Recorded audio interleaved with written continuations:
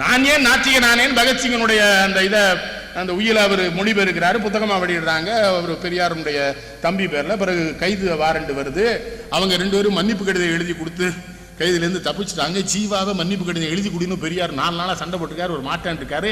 ரொம்ப கட்டாயப்படுத்தி பெரியார் அந்த கையெழுத்து வாங்கி மன்னிப்பு வாங்க சொன்ன வெளியே வந்து சொல்றாரு, என்னை கட்டாயப்படுத்தி மன்னிப்பு கடிதத்தில் கையெழுத்து வாங்கினார் பெரியார்னு சொல்றாரு. வெளியே சொல்லலாமா? தந்தை பெரியார்ல சொல்லணும்.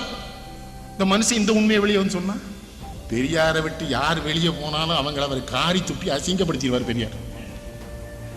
அதான வரலாறு. அண்ணாதுரையை கண்ணீர் துளியிட்டார். இன்னொரு தலைவர் என்கிட்ட வெள்ளி தமிழர் திருண்ண பயா வேணாரு. கேட்டீங்களா? இவன் புறான் துரோகி பயலுகன்னாரு. மேடதோறும் சொல்வார் தெரியுமா? கொஞ்சம் கொச்சையா கூட பேசுவார். இவனுங்கெல்லாம் எங்க பறந்தானுங்கன்னு தெரியுமா பேசுவார் பெரியார். அவர் வாழ்நாளில் அவரோடு இருந்து அவரை நேருக்கு நேர் கொள்கை அளவில் முரண்பட்டு போராடிவிட்டு வெளியேறிய ஒரு தலைவர்களில் ஒரே ஒரு தலைவரைத்தான் பெரியார் எந்தவித அப்பழுக்கும் சொல்லவில்லை என்பது மட்டுமல்ல, ஜீவா மிகப்பெரிய வீரர், வீரமான செயல்கள் செய்ய வேண்டும் என்று அவர் கருதுகிறார்.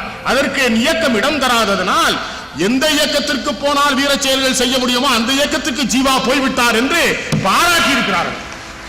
இது வரலாறு இல்லையா? பெரியார் வாயிலிருந்து வாங்க முடியுமா? நினைக்க வியப்பார். எப்படி ஒரு மனுஷன் எப்படி வாழ்ந்தான்னு தெரியலையே. சட்டப்பேரவைக்குள்ள போறார் மன்னார்பேட்டில. ராஜாஜி மூதறிஞர் இவர் தொகுதிக்காக நிறைய கேட்டு பேசுறாரு. ராஜாஜி உடனே சொல்றாரு, சர்வதேச சிந்தனையுடைய மனித குலத்தை குளித்து சிந்திக்கிற ஜீவா போன்றவர்கள் ஒரு தொகுதிக்காக கேட்பது நியாயமான கிண்டல் அடிக்கிறார் ராஜாஜி. இவர் எந்திரிச்சு பதில் சொல்றார், என்ன செய்வது, ஒரு தொகுதி மக்கள் என்னை தேர்ந்தெடுத்திருக்கிறார்கள், அவர்களுக்காக நான் கேட்கத்தான் வேண்டி இருக்கிறது. எந்த தொகுதி மக்களும் தேர்ந்தெடுக்காமல் புறக்கடை வழியாக வந்த நீங்கள் யாருக்காகவும் கேட்க முடியாது ராஜா. நான் படிச்சு பார்க்கிறேன், குறைந்தது அல்ல ஒரு 20 திருக்குறளா சொல்ல அண்ணாட்ட சொல்லியிருக்காரு. திருக்குறளை படிங்கிறாரு. அவருக்கு என்ன பாரதி மேல தொல்காப்பியம் படிச்சிருக்காரு. அப்படிலாம் எங்க கட்சியில நினைச்சிருந்தான்னா நான் எப்பவே மந்திரியா இருப்பேன்.